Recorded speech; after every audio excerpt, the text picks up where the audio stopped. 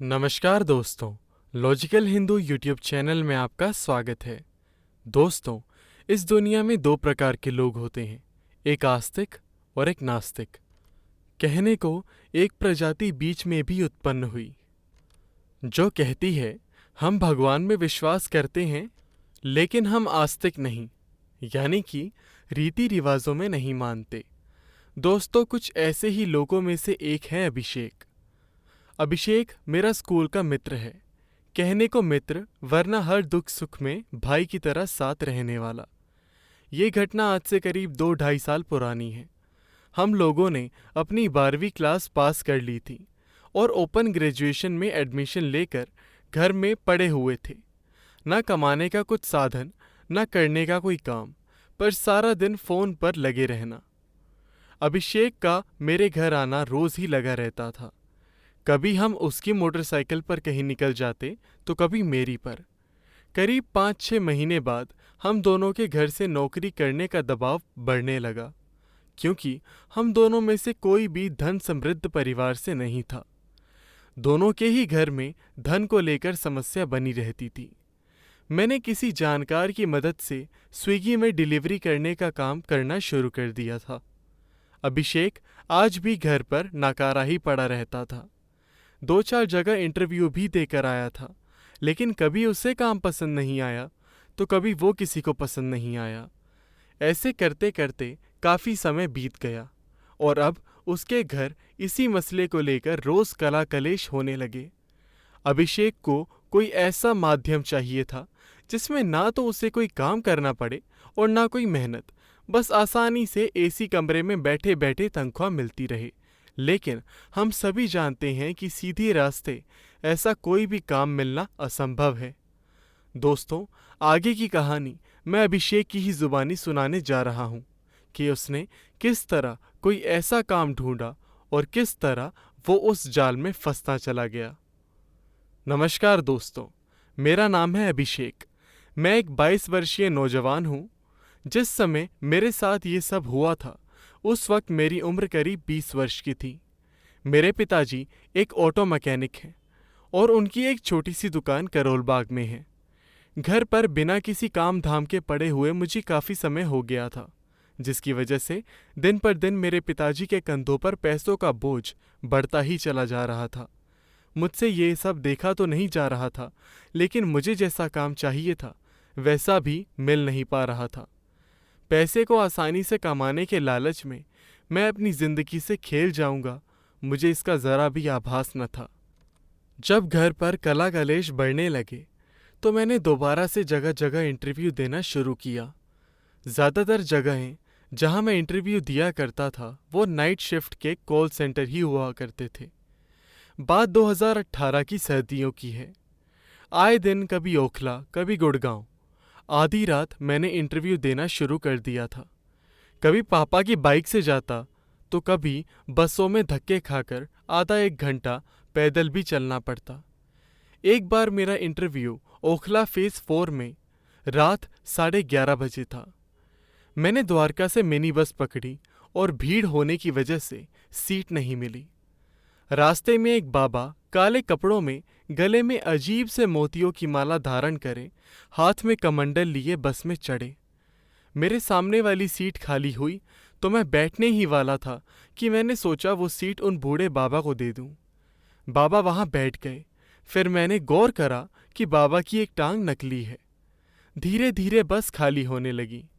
करीब 20-25 मिनट बाद तक बस में बाबा, मैं और 6-7 यात्री और थे। मैं बाबा के साथ वाली सीट पर जाकर बैठ गया। बाबा में से ऐसी बदबू आ रही थी जैसे जाने कितनी सदियों से ना नहाए हों। बाबा का सर नीचे था। बस चल रही थी। हवा मेरे बालों को बार बार बिगाड़ रही थी। मैं ठीक करता चला जा रहा था क्योंकि इंटरव्यू था कि एकदम से बाबा के एक रूखे हाथ ने जोर से मेरी बाएं जांघ को दबोच लिया। मैं घबरा गया। बाबा का सर नीचे ही था। बाबा ने धीरे से बोला, घर में पैसे की किल्लत है ना? नौकरी भी शाही चाहिए तुझे तो? क्यों, सही है ना? मैं ठहरा नास्तिक। मुझे इन सब बातों पर विश्वास न हुआ। मैंने बाबा का हाथ अपनी झांक से हटाया और खड़ा हो गया। बाकी का सफ़र मैंने खड़े होकर ही पूरा करा।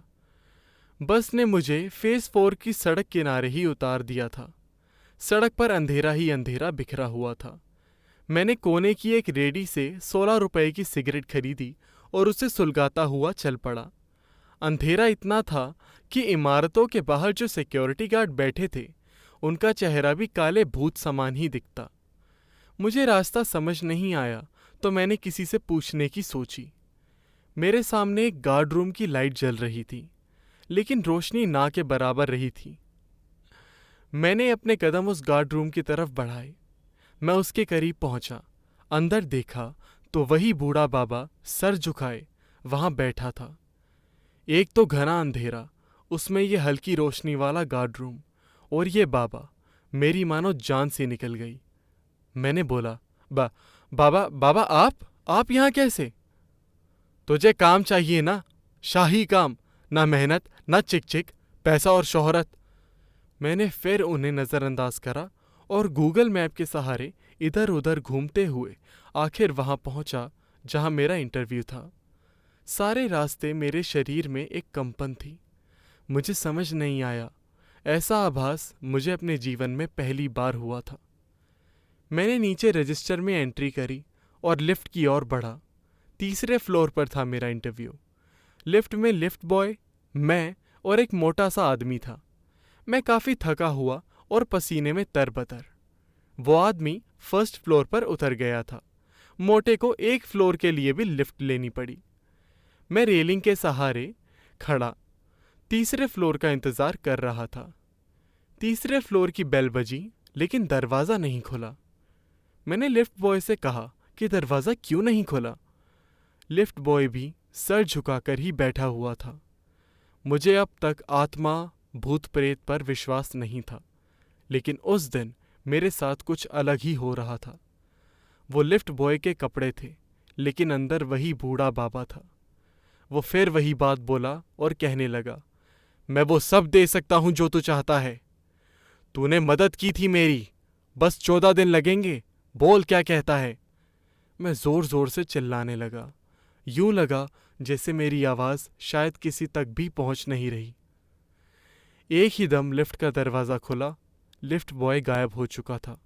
मैं घबराया हुआ था। जैसे तैसे अंदर पहुंचकर मैंने खुद को संभाला और इंटरव्यू के लिए तैयार हुआ। पानी पीकर खुद को शांत करा। इंटरव्यू बिल्कुल भी अच्छा नहीं गया, जिसके कारण मेरा सिलेक्शन यहाँ भी नहीं हो पाया। रात के 1:30 बजे थे। मैं सोच रहा था कि इस समय कौन सा साधन मिलेगा। अब घर जाने को मैंने इस बार सीढ़ियों का रास्ता लिया और संभलते हुए कंपनी की बिल्डिंग से बाहर आ गया और मेन रोड की तरफ चलना शुरू करा। अंधेरा भयंकर था, लेकिन क्या ही करता। जैसे ही सामने बस स्टॉप दिखा, मैं पागल कुत्ते की तरह भागकर वहां पहुंचा, क्योंकि डर अब मन में घर कर चुका था। लेकिन ये नहीं जानता था कि मुझे फिर उसी बाबा से रूबरू होना है। बस स्टॉप पर जैसे वो बाबा मेरा ही इंतज़ार कर रहा था। मेरे पसीने छूटने लगे और गला सूख गया। बस का कोई अता पता नहीं, सड़क एकदम खाली। बाबा ने फिर कहा, मैं मदद कर रहा हूं तेरी, तू भागे जा रहा है। मूर्ख, आ बैठ, मैं बताता हूं कैसे जीवन सुधरेगा तेरा। इस बार मुझे लगा कि मुझे एक बार सुन लेना चाहिए कि बाबा आखिर क्या कहना चाहते थे। बाबा बोले, देख, 14 दिन की बात है बस, जो मांगेगा वो मिलेगा। मैंने रुकते हुए पूछा, बाबा करना क्या होगा मुझे? बाबा ने सब बताना शुरू किया और सब विधि विचार करके उठकर चल पड़े। सुबह के 4 बजने वाले थे। रोशनी भी हल्की हल्की होने लगी थी, लेकिन बाबा चलते चलते कहाँ ओझल हो गए थे, मुझे कुछ समझ नहीं आया। बाबा ने मुझे कर्ण पिशाचिनी साधना करने का तरीका बताया था और ये भी कहा था कि जो चाहेगा वो तेरे कदमों में खुद ब खुद आने लगेगा। मुझे एक आसान रास्ते की तलाश थी, लेकिन मुझे ये नहीं पता था कि ना तो ये रास्ता आसान है और ना ही ये रास्ता एक इंसान के लिए है। मेरी नींद उड़ चुकी थी, इसीलिए घर पहुंचने तक फ़ोन पर ही मैं इस साधना के बारे में पढ़ने लगा। किसी को 30 दिन लगे इस साधना में तो किसी को 21। मुझे ये समझ नहीं आया कि ये 14 दिनों का क्या चक्कर था। मैं आपके सामने अब उन 14 दिनों की साधना और उसका अनुभव रखने जा रहा हूँ जो मेरे साथ हुआ। ये साधना उन सभी साधनाओं से अलग थी जो मैंने इंटरनेट पर उस दिन पढ़ी। मैंने उस 14 दिन की साधना को उसी दिन आरंभ करने का विचार करा और मम्मी से करीब 700-800 रुपये लेकर बाजार को निकला और कहा कि अगले 14 दिन मैं विवेक के घर रुकूंगा। विवेक हमारा एक ऐसा मित्र था जो धन समृद्ध और ना जाने कितने मकानों का मालिक था। उसका एक फ्लैट था जो बस नाम का फ्लैट था, असल में बस वहाँ कीड़े मकोड़ों का ही वास था। मैंने इस साधना को वहाँ करने का निश्चय किया। विवेक से वहाँ की चाबी लेने में कोई ज़्यादा मशक्क़त नहीं लगी। नास्तिक होने के बावजूद बस बाबा की कही साधना करने का भूत सवार हो गया था मुझ पर। मैंने कसाई की दुकान से 10 मुर्गी के पंजे लिए, 3 मीटर काला कपड़ा, 5 दिए और 5 लीटर की सरसों के तेल की कैनी और रुई लेकर फ्लैट पहुंच गया। ये सब नया था मेरे लिए, तो जैसा जैसा बाबा ने कहा था मैं वैसा वैसा करता गया। सबसे पहले जाकर मैंने फ्लैट के उस कमरे की सफाई करी जहां मैं वो साधना करने वाला था। उसके बाद उन मुर्गी के पंजों को बराबर बराबर दूरी पर रखकर एक गोल घेरा बना लिया। कमरे के चारों कोनों में दिए जलाकर रख दिए और एक दिया अपने सामने रखा। सामग्री साधारण ही थी, कुछ मुश्किल नहीं हुई। आदेश तो यही था कि प्यास लगने पर पानी ही पीना है और पानी का बंदोबस्त उसके फ्लैट पर 24 घंटे था। बाबा ने यह भी कहा था कि इन 14 दिन मुझे बिल्कुल भूख नहीं लगने वाली। इस साधना में ना कोई हड्डियों की माला चाहिए थी, ना किसी प्रकार का कोई भोग। रात 9 बजे साधना आरंभ करनी थी और सुबह 4 बजे से पहले 1100 जप इस मंत्र के पूरे करने थे। मंत्र कुछ इस प्रकार था: ओम नमः कर्णपिशाचिनी अमोघ सत्यवादिनी मम कर्णे अवतारवतर अतीता नागतवर्त मनानी दर्शय दर्शय मम भविष्य कथय कथय ह्रीं कर्णपिशाचिनी स्वाहा। वो 3 मीटर कपड़ा मैंने अपने ऊपर लपेट लिया जैसे कि बाबा का आदेश था और ठीक रात 9 बजे मैंने उच्चारण करना शुरू किया। साधना को बीच में रोकने का कोई अवसर नहीं था। साधना के पहले 4 दिन मुझे मंत्र को 1100 बार पढ़ने में काफ़ी कठिनाई हुई, लेकिन आहिस्ता से सब होने लगा। मुझे अपना मल जो मेरे सामने दीपक पड़ा था उसी के सामने करना था। पहले 4 दिन तक मुझे ये समझ नहीं आया कि ना तो मुझे कोई भूख लगी, ना मैंने कुछ खाया, तो इतना मल आखिर हो कैसे रहा है। 4-5 दिन तक कुछ खास अनुभूति नहीं हुई। हाँ, बंद आंखों में ये आभास ज़रूर होता था कि कोई और भी आसपास है और ऐसे लगता था कि मेरे मल पर आकर कोई बैठ गया है। कमरे में रहना दिन पर दिन मुश्किल होता जा रहा था। रोज़ के जप पूरे होते ही मैं सो जाता और रोज़ शाम 7 बजे ही मेरी आँख खुलती।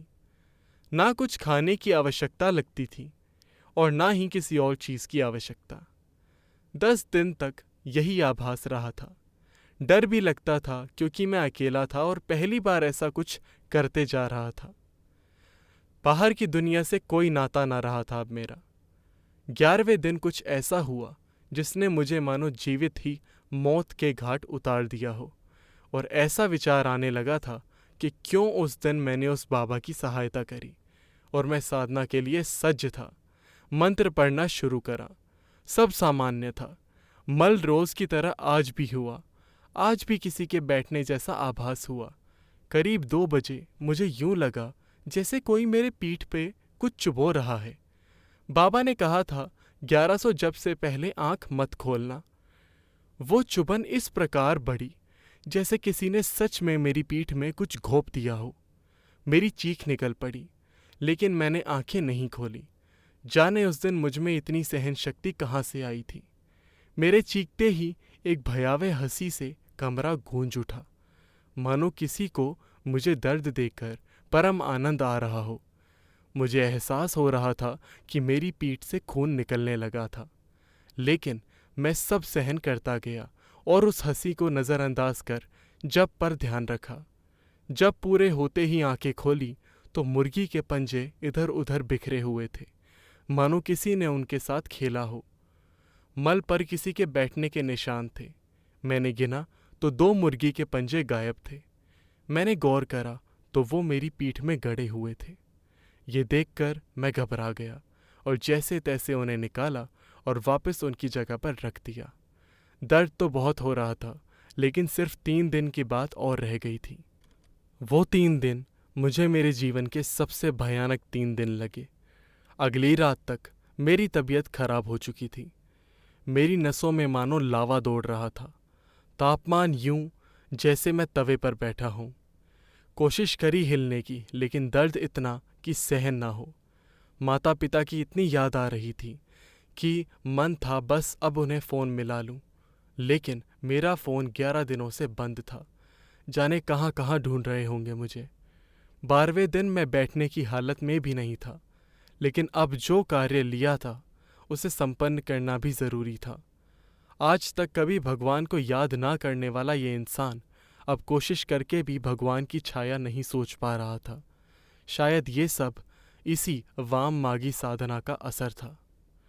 मैं 12वें दिन जब जप करने बैठा और जाने कब 900 साढ़े 900 जप पूरे हुए, मुझे लगा कि अचानक वो हंसी फिर सुनाई दी।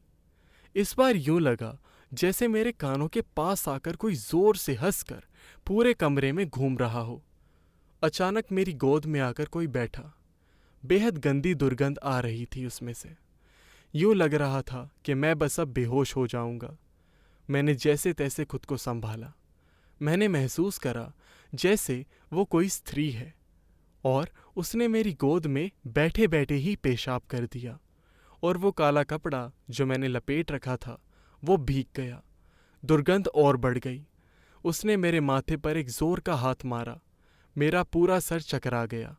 उसने जो कर्म मेरी पीठ के साथ पिछली रात किया था वो आज मेरी छाती पर करना शुरू करा।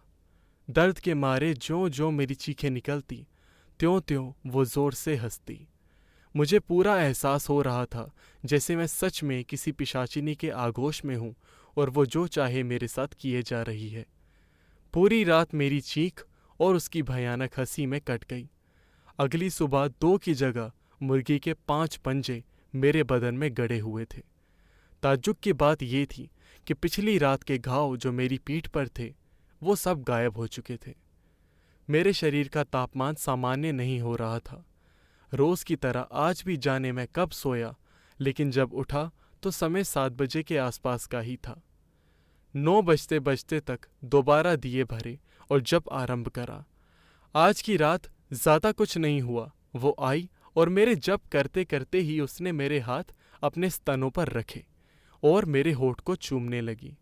उसके होठ सामान्य होठों से काफी बड़े और मानो कोई सूखी लकड़ी के बने हों।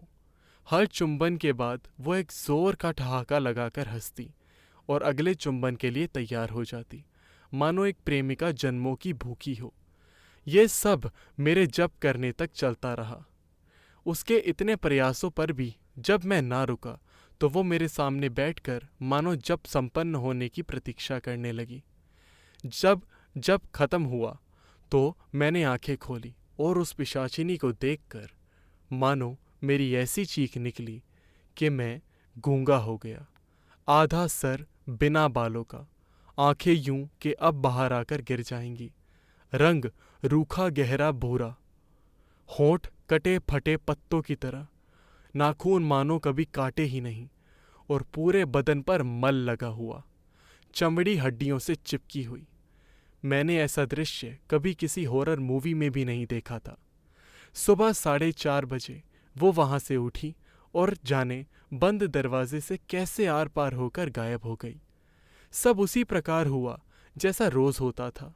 ना मुझे भूख लगी, ना वक्त का अंदाजा, और शाम के 7 बजे उठा, तैयारियां करी और 9 बजे आखिरी दिन के जप के लिए बैठ गया।